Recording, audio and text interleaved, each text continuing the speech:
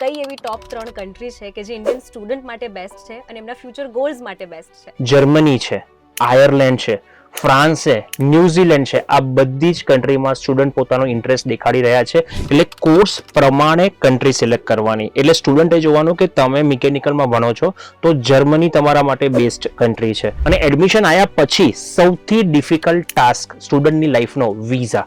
કારણ કે વિઝા મળશે તો જ તમારી છેલ્લા 4 મહિનાની કાં તો તમારા એક્ચ્યુઅલ 3 વર્ષની મહેનત રંગ લાવશે. સ્ટુડન્ટ્સ અને પેરેન્ટ્સ જો તમે એબ્રોડ જવાનું પ્લાન કરતા હોય ને તો તમારે સ્કિલ ડેવલપ કરવાની છે, જેવી કે પ્રોગ્રામિંગ સ્કિલ, એનાલિટિકલ સ્કિલ અને સૌથી મોટી સ્કિલ છે નેટવર્કિંગ. શું જેને બહાર ફોરેન ભણવા જવું છે ખાલી રિચ કિડ જ જઈ શકે? એટલે વિદેશ ભણવું ખાલી અમીર અને શ્રીમંત સ્ટુડન્ટ માટે જ છે એવું નથી. કેનેડાની વાત કરો તો સર્ટેન કોર્સમાં PR તમને 3 વર્ષમાં જ મળી જાય છે. ઓસ્ટ્રેલિયાની વાત કરો તો તમે કયા રૂરલમાં જાઓ છો, અર્બનમાં જાઓ છો એના ઉપર ડિપેન્ડ છે. Hello, ladies and gentlemen. This is your captain speaking. We'll be landing in the airport in just a few minutes.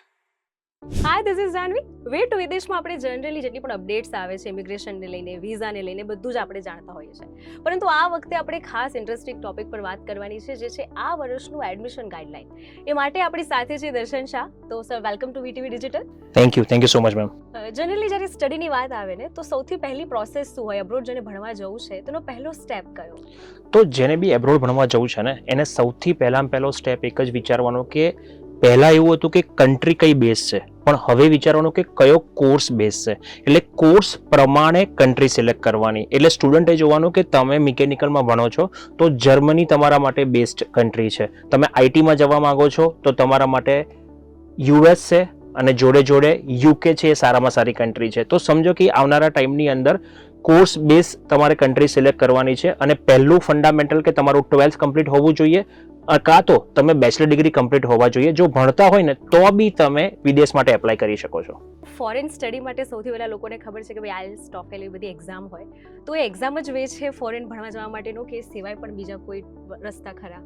તો દેખો, જે બી સ્ટુડન્ટ્સોને આઉટ ઓફ ઇન્ડિયા ભણવા જવું હોય ને એ ઇંગ્લિશ લેંગ્વેજ ટેસ્ટ છે જેનું નામ છે IELTS, ટોફેલ, PT અને અત્યારે બહુ જ પોપ્યુલર થઈ રહી છે ડિયોલિંગો એક્ઝામિનેશન્સ. આ 4 છે ને ઇંગ્લિશ લેંગ્વેજ ટેસ્ટ કહેવાય. દેટ મીન્સ કે આઉટ ઓફ ઇન્ડિયા ઘણી બધી કન્ટ્રીમાં આ ટેસ્ટ મેન્ડેટરી છે. બટ UK જેવી કન્ટ્રી છે કાં તો US જેવી કન્ટ્રી છે જ્યાં અમુક યુનિવર્સિટીઝે ફ્લેક્સિબિલિટી આપી છે કે જો તમે છેલ્લા 3 વર્ષ ઇંગ્લિશ મીડિયમમાં ભણ્યા હોય ને તો તમને મીડિયમ ઓફ ઇન્સ્ટ્રક્શન તમને આપી દો, સબમિટ કરાવો એપ્લિકેશનમાં, તો ઇંગ્લિશ લેંગ્વેજની રિક્વાયરમેન્ટ વેવર થઈ જાય છે. યુકેમાં ઘણી બધી યુનિવર્સિટી એક્સેપ્ટ કરે છે, એમાં બી ટોપ યુનિવર્સિટી, અને યુએસમાં બી ઘણી બધી યુનિવર્સિટી એક્સેપ્ટ કરે છે. બટ કેનેડા છે, જર્મની છે, ઓસ્ટ્રેલિયા છે, ન્યુઝીલેન્ડ, આ બધી જ કન્ટ્રીની અંદર ઇંગ્લિશ લેંગ્વેજ ટેસ્ટની રિક્વાયરમેન્ટ છે. તો સ્ટુડન્ટ્સ અને પેરેન્ટ્સોએ એ વસ્તુ ધ્યાન રાખવી કે ખોટી ઇન્ફોર્મેશનમાં નહીં ફસાવું. અને ઘણીવાર એવું બી જોવામાં આવ્યું છે કે મીડિયમ ઓફ ઇન્સ્ટ્રક્શન ઉપર એડમિશન તો મળી જાય છે પણ વિઝામાં બી ઘણીવાર પ્રોબ્લેમ આવે છે. તો સાચી માહિતી અને યુનિવર્સિટીની વેબસાઇટ ઉપર અને ઇમિગ્રેશનની વેબસાઇટ જોઈ ને પ્રોપર પોતાના સ્ટડી એબ્રોડનું પ્લાન બનાવવું. ઓકે, તમે અહીંયા વિઝા પ્રોસેસની વાત કરી, તો સૌથી અઘરું શું છે? વિઝા પ્રોસેસ અઘરી છે કે પછી યુનિવર્સિટીમાં એડમિશન લેવું અઘરું છે? જો સ્ટડી એબ્રોડની અંદર છે ને 8 થી 9 મહિનાની પ્રોસેસ છે અને 9 મહિના ડિફિકલ્ટ છે. કેવી રીતે? કારણ કે સ્ટુડન્ટ જ્યારે વિચારે ત્યારે એને એટલા બધા લોકો સલાહ આપવા આવે કે ભાઈ આમાં જવાય કે ના જવાય, આ કન્ટ્રી સારી, પેલી કન્ટ્રી સારી. પછી એડમિશનનું ટેન્શન કે એડમિશન આવશે કે નહીં. અને એડમિશન આવ્યા પછી સૌથી ડિફિકલ્ટ ટાસ્ક સ્ટુડન્ટની લાઈફનો વિઝા. કારણ કે વિઝા મળશે તો જ તમારી છેલ્લા 4 મહિનાની કાં તો તમારા એક્ચ્યુઅલ 3 વર્ષની મહેનત રંગ લાવશે. તો વિઝા સૌથી ઇમ્પોર્ટન્ટ વસ્તુ હોય છે, પણ સ્ટુડન્ટ્સ અને પેરેન્ટ્સ એમાં ઘણી બધી મિસ્ટેક કરી દેતા હોય છે. જેમ US વિઝાની વાત કરો તો US વિઝાની અંદર અત્યારે સ્લોટ્સ લિમિટેડ માટે ખુલે છે, છોકરાઓનું ધ્યાન નથી હોતું. બીજું કે યુએસના વિઝામાં છોકરાઓ રટ્ટો મારીને જાય છે તો રિજેક્ટ થાય છે. કેનેડાની વાત કરો તો ફાઇનાન્શિયલ ડોક્યુમેન્ટ સારા નથી બતાવતા. ઓસ્ટ્રેલિયાની વાત કરો તો એની અંદર 6 મહિનાનું ફંડ જોઈએ છે, પણ એ ફંડ એ લોકો ફ્રોડેન્શિયલ ડોક્યુમેન્ટ બનાવે છે. તો હું મારી દ્રષ્ટિએ કહી શકું કે વિઝા જે છે ને એ બહુ ક્રુશિયલ પોઈન્ટ છે. દેટ મીન્સ કે તમને એડમિશન મળી જાય એનો મતલબ એવો નહીં કે તમે વિદેશ જતા રહેશો. વિઝા મળે ત્યારે જ તમે વિદેશ ગયા એવું કહી શકાય. તો સ્ટુડન્ટ્સ અને પેરેન્ટ્સ, વિઝા પ્રોસેસ બહુ ક્રુશિયલ છે.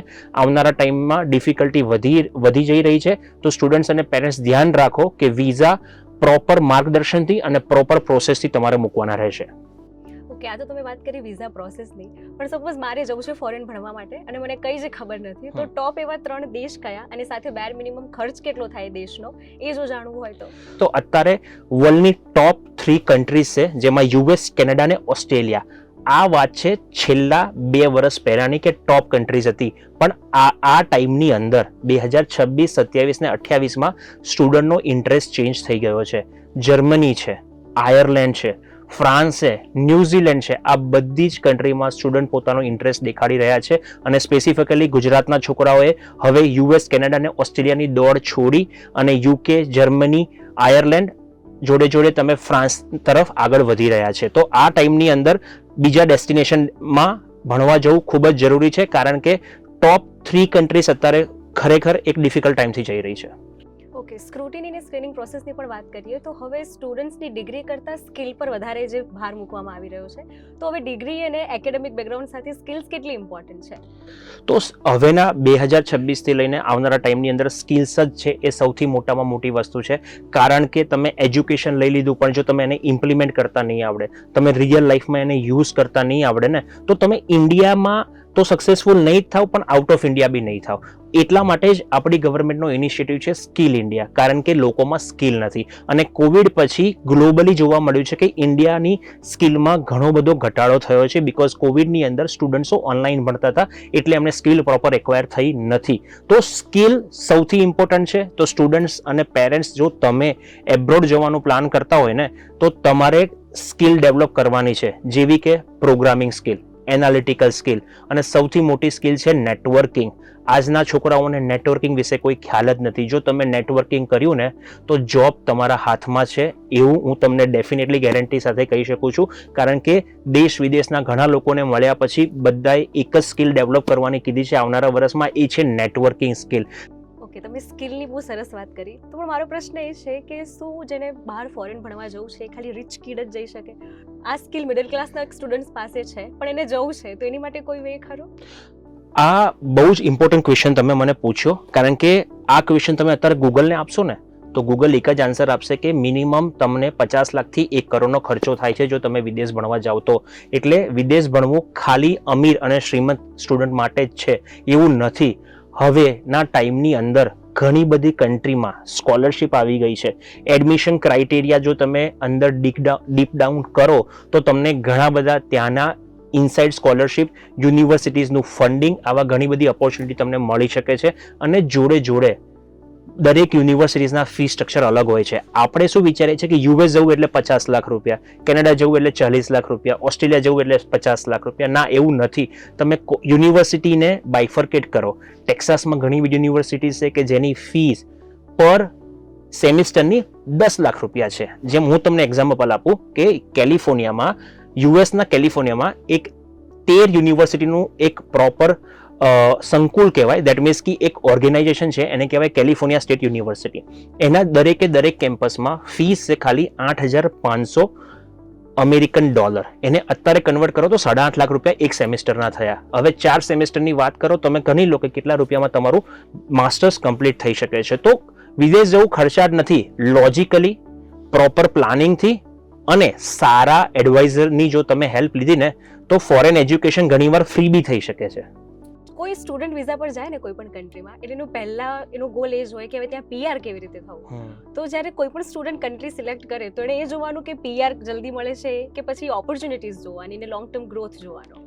જો જે ટોપ સ્ટુડન્ટ છે એને તો એજ્યુકેશન લેવું જ છે, એટલે આપણે એની વાત નથી કરતા. પણ જે સૌથી વધારે પ્રોબ્લેમ થાય છે ને, એ મિડલ ક્લાસ સ્ટુડન્ટ્સને થાય છે. કારણ કે એ બિચારો પોતાની લાઈફના પેરેન્ટ્સના સેવિંગને યુટિલાઇઝ કરીને ફોરેન જતો હોય, અને એના માથે એક મોટી જવાબદારી હોય છે કે આ લોન કાં તો મારા પેરેન્ટ્સે મને સ્પોન્સર કર્યા છે, હું કેવી રીતે પે બેક કરું. તો પીઆર હંમેશા દરેક સ્ટુડન્ટે વિચારવું જોઈએ. અને હવે ગ્લોબલાઇઝેશનમાં તમે પીઆરની પ્રોસેસ ટ્રાન્સપરન્સીથી ઓપનલી જોઈ શકો છો હરેક કન્ટ્રીની.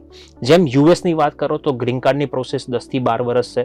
કેનેડાની વાત કરો તો સર્ટેન કોર્સમાં પીઆર તમને 3 વર્ષમાં જ મળી જાય છે. ઓસ્ટ્રેલિયાની વાત કરો તો તમે કયા રૂરલમાં જાઓ છો, અર્બનમાં જાઓ છો, એના ઉપર ડિપેન્ડ છે. રૂરલમાં પીઆર થવાના ચાન્સીસ વધારે છે કારણ કે પોઈન્ટ્સ વધારે છે. યુકેની અંદર 5 થી 7 વર્ષમાં પીઆર થાય છે. જર્મનીની અંદર તમે ગ્રેજ્યુએટ થયા અને જો તમારી જર્મન લેંગ્વેજ B2 સુધીની હશે, તમને બોલતા આવડતું હશે, તો તમને પીઆરના ચાન્સીસ બહુ જલ્દી મળી જશે. તો સ્ટુડન્ટે આવનારા ટાઈમની અંદર કન્ટ્રી એવી રીતે સિલેક્ટ કરવાની છે કે જ્યાં પીઆર કેટલા ટાઈમમાં મળે, અને એનાથી મોટી વસ્તુ કે આ કોર્સમાં પીઆર છે કે નહીં. બસ આટલી વસ્તુ જો તમે સર્ચ કરીને તો ડેફિનેટલી તમને કોઈ પ્રોબ્લેમ નહીં થાય. તમે અહીંયા યુએસએની વાત કરી, તો યુએસએમાં તો અત્યારે આપણે જોઈ જ રહ્યા છીએ કે કેવી પરિસ્થિતિ છે, કેટલી વારે ઘડીએ ઇમિગ્રેશન પ્રોસેસ ચેન્જ થાય, વિઝા પ્રોસેસ ચેન્જ થાય, અને જેને લઈને જેનું સપનું છે યુએસએ જવાનું, લોકો ક્વેશ્ચન માર્ક કરી દે કે જવું જોઈએ કે ના જવું જોઈએ. તો આવામાં યુએસએમાં જેને ભણવા જવું છે એ લોકોએ શું જોવું જોઈએ, ને ખરેખર જવું જોઈએ કે નહીં, કે બીજી કન્ટ્રી ચૂઝ કરવી જોઈએ? તો અત્યારે ઇન્ડિયાની અંદર અને સ્પેસિફિકલી ગુજરાતની અંદર સૌથી ભડકે બળતો ક્વેશ્ચન એવું કહેવાય કે યુએસ જવું જોઈએ કે ના જવું જોઈએ, કારણ કે દરરોજ નવા રૂલ્સ રેગ્યુલેશન, દરરોજ નવી પોલિસીઝ આવે છે. પણ આજે હું સ્ટુડન્ટને ઓપનલી કહી દઉં કે પોલિસી આવે છે, એ લોકો સેનેટમાં રજૂ કરે છે, અને સેનેટમાંથી પાસ થાય છે કે નહીં એ જોવાની જરૂર છે. યુએસની અંદર કોઈ બી પોલિસી પાસ કરવા માટે સેનેટનું એપ્રુવલ જોઈએ. સેનેટના એપ્રુવલ પછી 6 મહિના માટે એ પબ્લિક માટે ઓપન કરે કે આ પોલિસી પબ્લિકને રિવ્યુ કરવા માટે આપે કે આ જેન્યુન છે કે નહીં, અને એ એપ્રુવ થાય એના પછી જ એ પોલિસી ઇમ્પ્લિમેન્ટ થાય. દેટ મીન્સ કે વિધિન અનધર 6 મંથ, એટલે 1 વર્ષની અંદર એ પોલિસી ઇમ્પ્લિમેન્ટ થઈ શકે છે. તો આવા ગમે તેટલા બિલ અત્યારે આવે, પણ તમે જોતા હશો ને કે એ બિલ પાસ થવા સુધી નથી પહોંચતા. અને રિસન્ટ ન્યૂઝ બી છે કે $1 લાખ જે H1B ની ફીસ વસૂલ કરવાની હતી ને, એ ત્યાંની ફેડરલ ગવર્મેન્ટે કેન્સલ કરી નાખી છે. એ લોને એ લોકોએ વખોડી નાખ્યો છે કે ડોનાલ્ડ ટ્રમ્પ હવે $1 લાખ ની ફીસ H1B ઉપર વસૂલ નહીં કરી શકે. તો સ્ટુડન્ટ્સ અને પેરેન્ટ્સે સમજવાનું છે કે યુએસમાં આ ટાઈમે જવાય કે ના જવાય. હું થોડો તમને ડિફરન્ટ આન્સર આપું છું. આ ટાઈમમાં જ જવાય. કેમ? કારણ કે આ ટાઈમની અંદર લોકો ડાયવર્ટ થાય છે. જ્યારે બી કોઈ માણસ ડાયવર્ટ થતા હોય ને બીજી કન્ટ્રીમાં, તો એ કન્ટ્રીની અંદર ઓપોર્ચ્યુનિટી વધી જાય. કેવી રીતે? કારણ કે સ્ટુડન્ટનો ફ્લો ઓછો હોય, ત્યાં સ્ટુડન્ટનો ફ્લો ઓછો હોય એટલે એડમિશન્સ તમને ઇઝીલી મળી જાય, એ બી ટોપ યુનિવર્સિટીઝની અંદર. તો અત્યારે તમે યુએસ જવાનું પ્લાન કરો તો બેસ્ટ પ્લાન છે. બીજી વસ્તુ તમને ઓપનલી કહી દઉં, તમે 2027માં જશો ને, 29માં ગ્રેજ્યુએટ થશો, માસ્ટર્સ કમ્પ્લીટ કરશો, અને જો તમે 2027માં બેચલર કરવા જશો ને, તો 2031માં તમે બેચલર કમ્પ્લીટ કરશો. તો તમારે લોંગ ટર્મ વિચારવાનું છે કે 2 વર્ષ અને 4 વર્ષ પછી શું થશે. 2028 અને 29 પછી તો ડોનાલ્ડ ટ્રમ્પ ગવર્મેન્ટમાં નહીં જ હોય, રાઈટ? એ પ્રેસિડેન્ટ તરીકે રૂલ નથી કરવાના. તો એવું બી થાય કે જેમ આ રૂલ્સ અને રેગ્યુલેશનને વખોડી નાખ્યો છે, તો એમને જે બી રૂલ્સ રેગ્યુલેશન ઇન્ટરનેશનલ સ્ટુડન્ટ માટે રાખ્યા છે એને બી આવનારી ગવર્મેન્ટ કેન્સલ બી કરી શકે છે. જો આ ટાઈમે તમે ગયા ને, તો તમે ડેફિનેટલી સારામાં સારી ઓપોર્ચ્યુનિટી ગ્રેબ કરશો.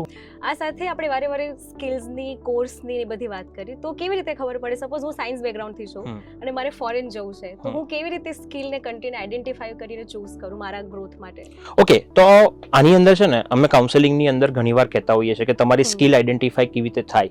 તો એમાં તમારા પેરેન્ટ્સ તો બહુ મોટો ભાગ ભજવી શકે, કારણ કે તમારા પેરેન્ટ્સ તમારી જોડે વર્ષોથી રહેતા હોય. તો તમે ઘણા છોકરાઓ ડિઝાઇનિંગની સ્કિલ સારી હોય છે, તો એ લોકો આગળ UI UX જેવો કોર્સ છે, એવા કોર્સની અંદર ડિઝાઇનિંગમાં જઈ શકે છે કે જે ફ્યુચર છે. ઘણા લોકો પ્રોડક્ટમાં સારા હોય છે, તો પ્રોડક્ટ ડિઝાઇનિંગ એક કોર્सेस છે, રાઈટ? તો પેરેન્ટ્સ અને સ્ટુડન્ટનું કમ્બાઇન કાઉન્સેલિંગ થાય, અને એમાં અમે એને સ્કિલ ડેવલપ, એની સ્કિલ ડિસ્કશન કરીએ કે ભાઈ મને ડિઝાઇનિંગમાં ઇન્ટરેસ્ટ છે, મને મિકેનિકલમાં ઇન્ટરેસ્ટ છે, ઓટોમોબાઈલમાં ઇન્ટરેસ્ટ છે, પ્રોગ્રામિંગમાં ઇન્ટરેસ્ટ છે. અને હવે ઘણા છોકરાઓ તો એવા આવે છે કે જે કે સર મને પ્રોગ્રામિંગમાં નથી જવું, મેનેજમેન્ટમાં જવું છે, તો મને કોઈ હાઇબ્રિડ પ્રોગ્રામ આપો.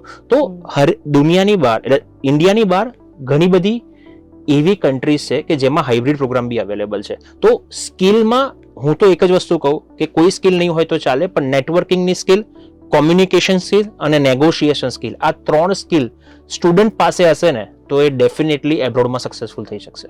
તમે કન્ટ્રીની વાત કરી, આ સાથે સ્કિલ અને કોર્સની પણ વાત કરી, તો એમાં આવનારા 5 વર્ષમાં જો મારે જાણવું હોય કે કઈ એવી ટોપ 3 કન્ટ્રી છે કે જે ઇન્ડિયન સ્ટુડન્ટ માટે બેસ્ટ છે અને એમના ફ્યુચર ગોલ્સ માટે બેસ્ટ છે, તો એ કેવી રીતે આઈડેન્ટિફાઈ થઈ શકે? તો એના માટે છે ને, આપણે હરેક કન્ટ્રી શેમાં પોપ્યુલર છે એ ચેક કરવાની જરૂર છે.